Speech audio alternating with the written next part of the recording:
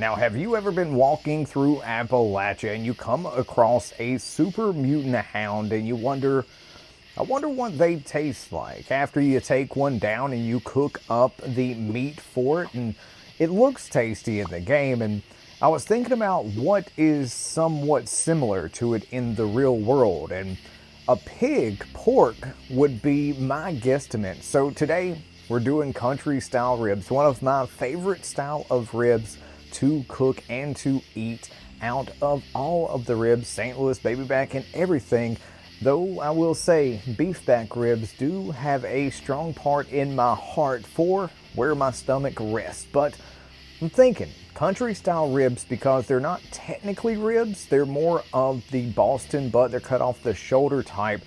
So it's a little bit of fat, a little bit of meat, but it very much to me represents the Super Mutant Hound. So if you want to see how this turned out and the steps to do it for yourself so you can replicate it, keep watching. Appreciate y'all being here. Now, this was filmed on the same day that I filmed the leg quarters video, and the niece and nephew were over here, and they were very intrigued at what Uncle Jason was doing in the kitchen. You see, we have these kids at the house, so I wanted to use something a little bit different, something that I could tell them had a little bit of sweets inside of the meat. We were using the competition rub as normal for our country ribs, but this one I wanted to use Heath Rowell's honey rub because it looks like it has some honey granules inside of this, and I really wanted to see how much of an effect this had on my blood sugar levels, and how much of it came through after the smoke got on there and with the competition rub that we have on these ribs. And now you may wonder, how much can you season up country ribs? And it's a thick cut of meat, as like I talked about, it's basically off of the shoulder what the Boston butt is, so don't overdo the seasoning on it, but it can definitely take some seasoning. And I love this combination of seasoning, and honestly, in the future, I'll probably use it again for myself. But the kids absolutely loved it. They loved learning about the grill because it's one of those things that they are just interested in what you are interested in. Are they really interested in the grill? Probably not at all. They could probably give a hill of beans. But anytime that you are hanging out with your niece, nephew, your child, or anything like that, just having those moments where they can connect with you and you can connect with them is something that you are both after, no matter what. At the end of the day, it was a great day because we got to play video games. We got to talk about just life and just having fun.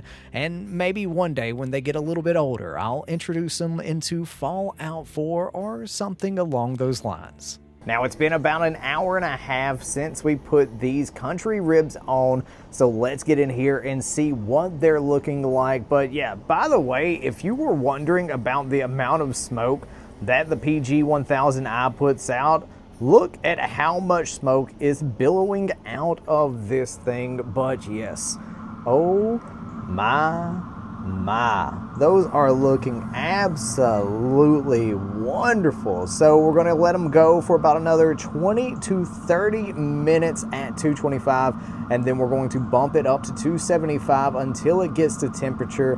But yeah, I cannot wait to see how this rub and these ribs taste. Now y'all, it's time to pull these country ribs out of the grill, and let me show you what we're working with.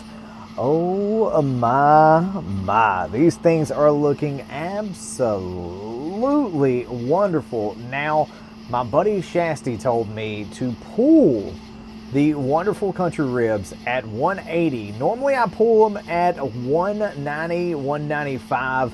But you know what, buddy? We're gonna let these rest for about 10 to 15 minutes and see if you are onto something, because this is as close as we are going to get it to pulling at 180. But y'all, this is looking absolutely wonderful, and I cannot wait to taste it. Now, these country ribs just got done resting, so we are going to open one up, and let's just go in here and pick this one right here up, y'all. This thing is looking absolutely wonderful. I am so excited to get in here and see how this is. Oh, I'm not gonna do that. You can see, oh my gosh, You can see a nice faint little like smoke ring around there.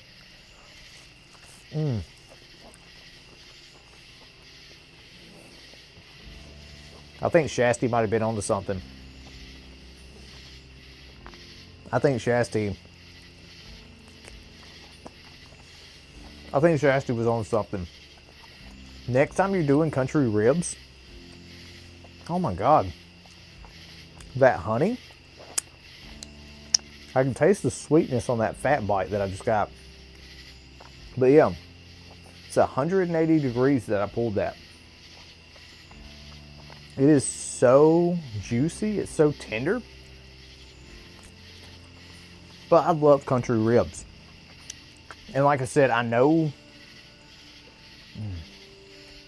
it's not technically like a St. Louis, like a baby back or anything like that rib, but it's so daggum good. Wow. Just to make sure it's not a fluke or anything. My God, it just pulled right apart. I mean, oh my gosh. That is so, that's so good. Oh, that's so good. The fat is rendered, so that 225 for a couple of hours, and then 275 for like the last like 30 minutes to an hour, really helped this thing out. And pulling at 180 is something you should definitely try out. So thanks so much for taking time out of your busy day to check this video out. Thank you so much to the channel members for the continued support. Y'all, I'm gonna go eat this these country ribs and tell my wife that it's terrible. Y'all have a great, wonderful day. Peace.